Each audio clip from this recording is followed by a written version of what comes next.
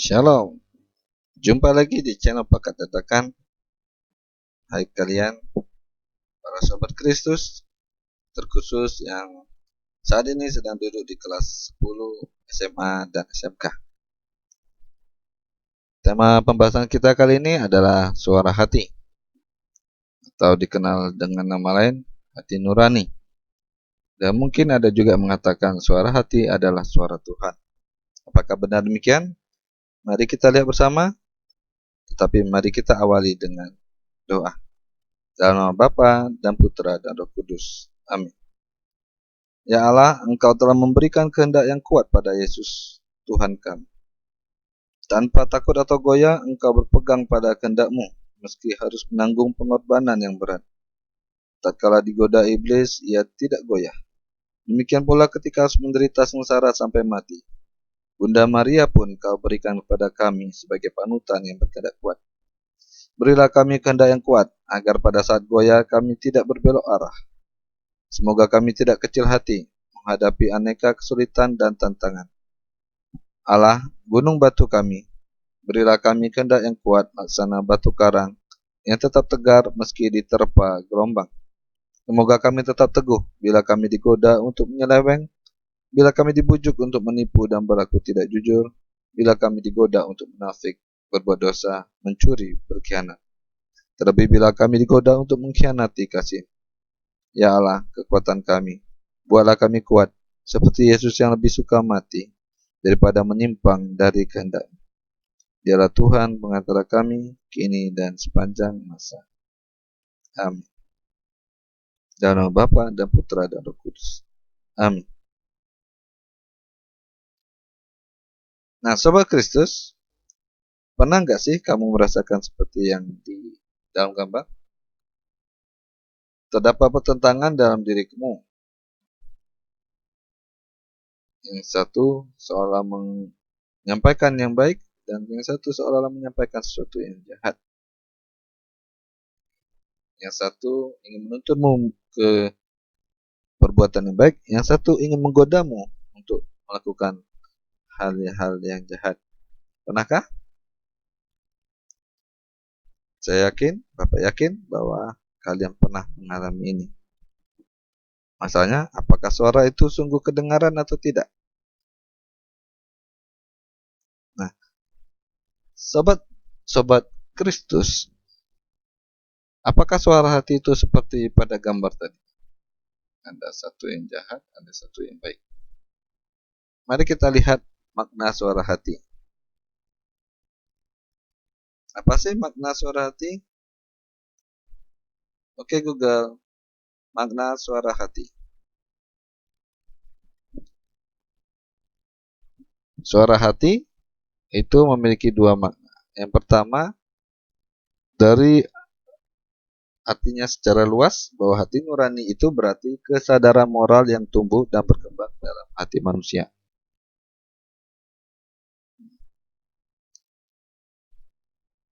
Arti sempitnya, hati nurani merupakan penerapan kesadaran moral di atas dalam situasi konkret seperti yang dialami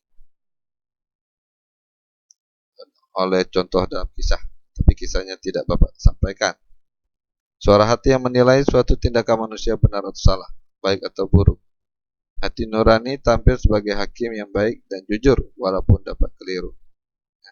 Jadi intinya, suara hati yang secara luas itu adalah kesadaran moralnya, dan arti sempit itu adalah tindakannya.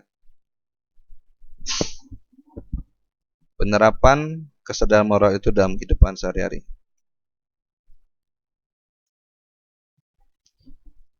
Maka bagaimana kita melihat suara hati itu dalam berbagai segi? Dari segi waktu, suara hati itu muncul 3 kali dalam satu tindakan. Dalam suatu tindakan moral, suara hati itu muncul sebanyak 3 kali, yaitu sebelum, pada saat, dan sesudah. Pada saat sebelum tindakan itu kita lakukan, suara hati, kalau melihat perbuatan baik itu baik, maka dia akan menyuruh untuk melakukan. Sementara kalau dia menilai itu buruk, dia akan melarang. Begitu terus sampai pada akhirnya tindakan itu dilakukan. Ketika perbuatan itu dinilai baik dan kamu memutuskan untuk melakukan, maka suara hati akan mendorong. Tetapi ketika perbuatan buruk yang kamu lakukan, suara hati akan mencegah, melarang agar tidak diteruskan. Dan pada saat sesudah, pada waktu sesudah, ketika perbuatan yang baik itu yang kamu lakukan, maka suara hati akan muncul dan memuji. Sementara kalau perbuatan baik atau kamu melanggar suara hati, perbuatan buruk yang kamu lakukan, maka suara hati akan hukummu.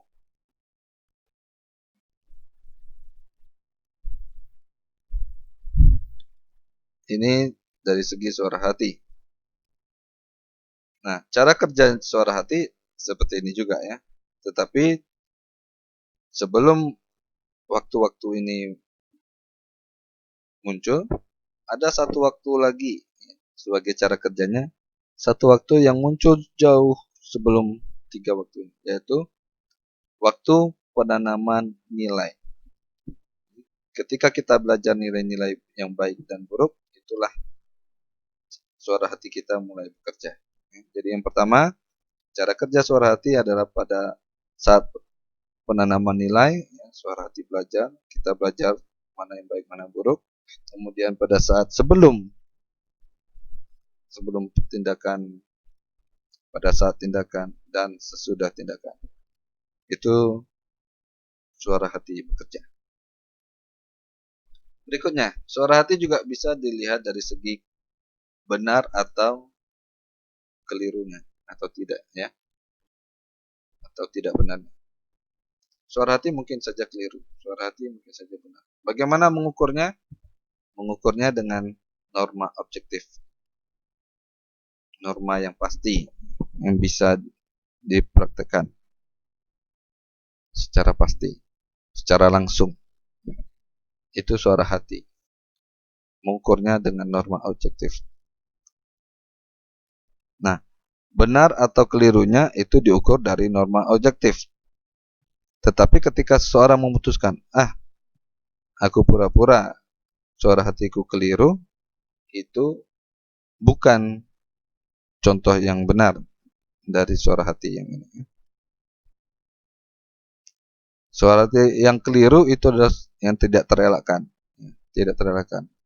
Ketika penanaman moralnya, penanaman nilainya tadi, cara kerja yang pertama tadi, ada penanaman nilai. Itu nilai yang ditanam ada nilai yang keliru. Maka pada saat tindakan moral dilakukan, mungkin saja terjadi suara hatinya keliru. Keliru dalam artian bertentangan dengan norma objektif. Sekali lagi, itu karena kekeliruan yang tidak terelakkan, bukan pura-pura keliru. Suara hati juga bisa dilihat dari segi pasti atau tidaknya. Suara hati yang pasti dan suara hati yang bimbang. Suara hati yang pasti, dia dengan yakin bahwa apa yang dia nilai itu sesuai dengan norma objektif. Pasti sesuai dengan norma objektif. Sementara suara hatinya bimbang ketika suara hatinya tidak menemukan nilai norma objektif yang sesuai. Maka dia bimbang. Mungkin enggak? Mungkin saja.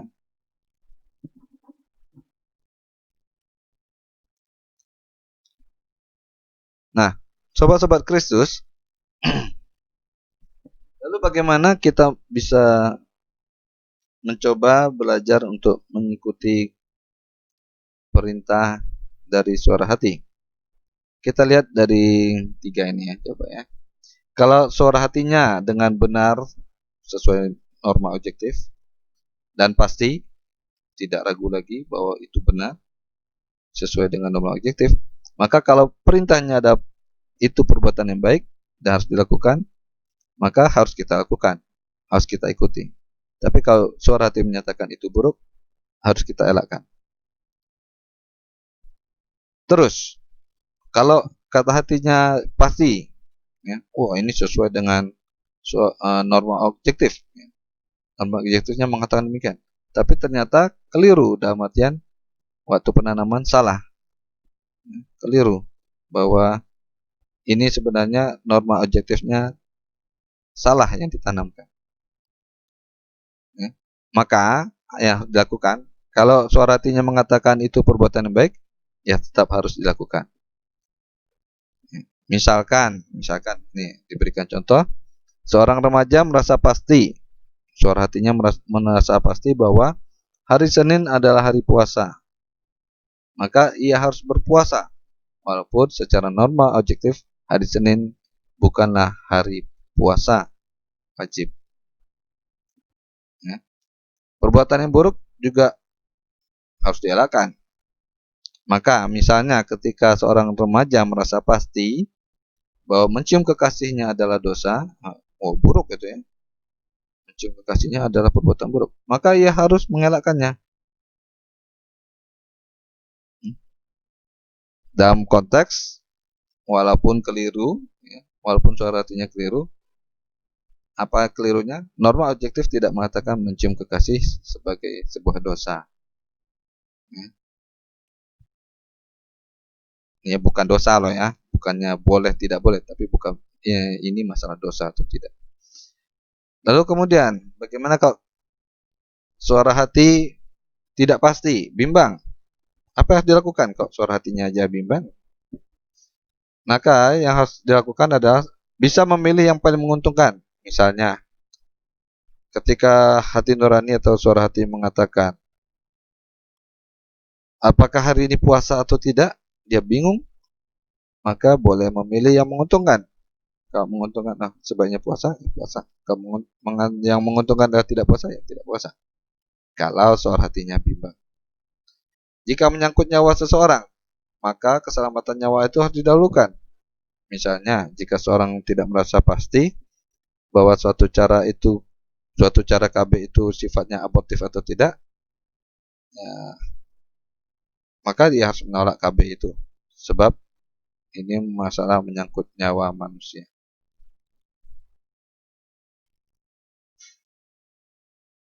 Lalu apa fungsi suara hati? Suara hati bisa berfungsi sebagai pegangan hidup kita. Bisa menjadi pedoman hidup kita dan bisa menjadi rambu-rambu hidup kita. Petunjuk. Pegangan, pedoman, rambu dalam hal menilai suatu tindakan itu baik atau tidak. Tindakan itu buruk atau tidak. Suara hati berfungsi seperti itu. Suara hati juga mengatur kehidupan kita sehari-hari untuk melakukan yang baik dan melakukan yang buruk. Menjauhi yang buruk maksudnya. Ya. Nah, suara hati juga menyadarkan bahwa manusia itu bernilai. Kita ini bernilai. Kita memiliki harga diri. Kita memiliki nilai diri.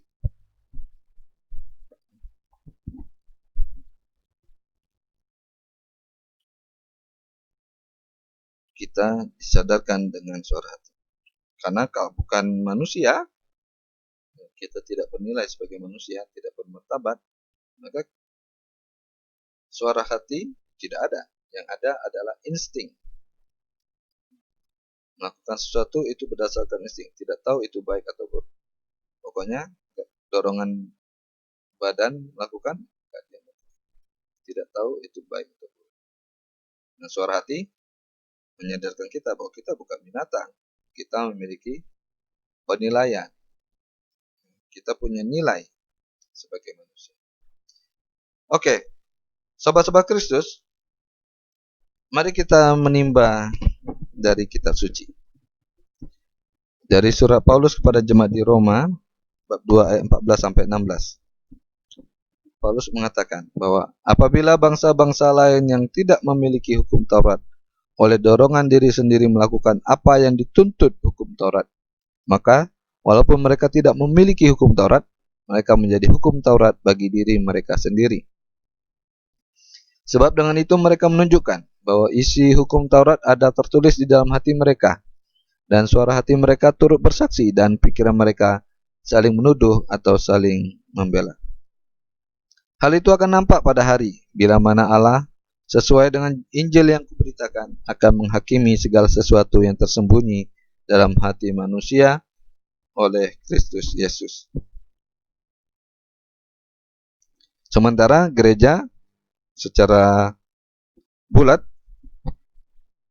gereja sebagai konstitusi, sebagai institusi yang menjaga iman, mengajarkan, menyampaikan bahwa di lubuk hati nuraninya manusia menemukan hukum yang tidak diterimanya dari dirinya sendiri, melainkan harus ditaati. Suara hati itu selalu menyerukan kepadanya untuk mencintai dan melaksanakan apa yang baik dan menghindari apa yang jahat. Bila mana perlu, suara itu menggemakan dalam lubuk hatinya, jalankan ini, elakkan itu. Sebab dalam hatinya manusia menemukan hukum yang ditulis oleh Allah.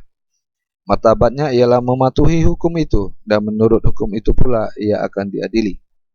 Suara hati ialah inti manusia yang paling rahasia, sanggar suci.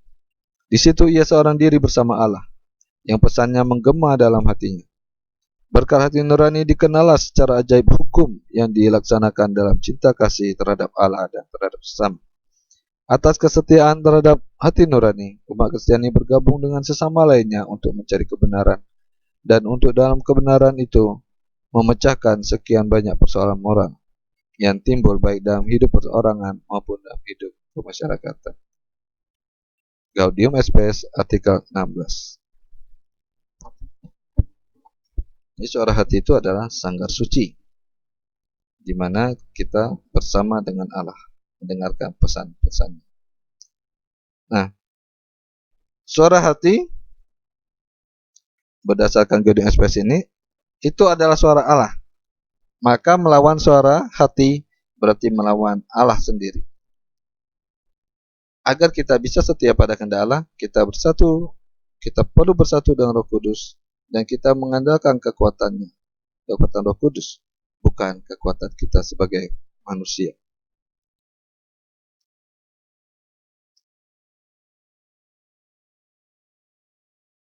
Nah, Allah ingin kita mendengarkan Dia, maka janganlah mengeraskan hati terhadap suaranya. Lewat hati nurani yang bersih, setiap orang dipanggil untuk bekerja sama memecahkan persoalan-persoalan dalam masyarakat. Sehingga persoalan-persoalan dalam masyarakat seharusnya dipecahkan pertama-tama melalui dialog yang dilandasi hati nurani, karena hati nurani adalah suara Allah. Jangan langsung didekati secara agama masing-masing atau melalui hukum. Contoh, ketika menangkap orang yang mencuri pisang hanya beberapa biji, menurut hukum wajib dikenai hukuman. Tetapi bisa jadi bila didekati secara nurani akan muncul belas kasihan sehingga pencuri itu diampuni. Contoh lain, bila ada pasangan muda-mudi berbeda agama mau menikah, menurut agama perkawinan negara hal itu dilarang. Tetapi bila menuruti hati nurani, mungkin orang akan berpikir, mengapa cinta harus dibatasi dengan peraturan? Kuncinya adalah memecahkan pertama-tama dengan dialog yang dilandasi hati nurani. Nah, lalu kalau begitu, bagaimana sikap kita terhadap suara hati sebaiknya?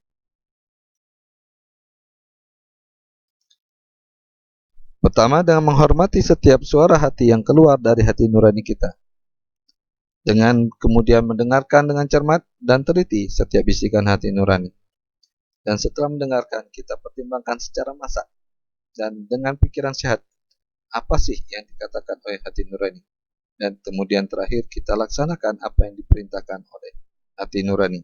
Apabila dia meminta kita untuk melakukan, kita lakukan. Bila dia meminta kita untuk menghindar, mengelak, maka kita mengelak dan menghindar dari sebuah perbuatan tersebut. Itu sikap yang benar terhadap suara hati. Nah, sobat-sobat Kristus, demikian akhir pembahasan kita tentang suara hati. Marilah kita tutup dengan berdoa. Dalam nama Bapa dan Putra dan Roh Kudus. Amin. Tuhan itu Raja, maka bangsa-bangsa gemetar. Ia duduk di atas kerup-kerup, maka bumi goyang. Tuhan itu maha besar di Sion, dan ia tinggi mengatasi segala bangsa. Biarlah mereka menyanyikan syukur bagi namamu yang besar dan dahsyat. Kuduslah ia. Raja yang kuat yang mencintai hukum, engkaulah yang menegakkan kebenaran. Hukum dan keadilan di antara keturunan Yakub, engkaulah yang melakukannya. Tinggikanlah Tuhan, Allah kita, dan sujudlah menyembah kepada tumpuan kakinya. Kuduslah ia. Musa dan Harun di antara imam-imamnya, dan Samuel di antara orang-orang yang menyerukan nama. Mereka berseru kepada Tuhan, dan ia menjawab mereka. Dalam tiang awan ia berbicara kepada mereka. Mereka telah berpegang pada peringatan-peringatannya dan ketetapan yang diberikannya kepada mereka. Tuhan Allah kami, Engkau telah menjawab mereka. Engkau Allah yang mengampuni bagi mereka, tetapi yang membalas perbuatan-perbuatan mereka. Tinggikanlah Tuhan Allah kita, dan sujudlah menyembah di hadapan gunungnya yang kudus. Sebab kuduslah Tuhan Allah kita. Kemuliaan kepada Bapa dan Putra dan Roh Kudus, seperti pada permulaan, sekarang, selalu, dan sepanjang segala abad. Amin. Dan nama Bapa dan Putra dan Roh Kudus. Amin. Sahabat-sahabat Kristus, dengan demikian berakhir video ini. Sampai jumpa di video pembelajaran berikutnya tentang membina suara hati. See you. Tuhan memberkati. Amin.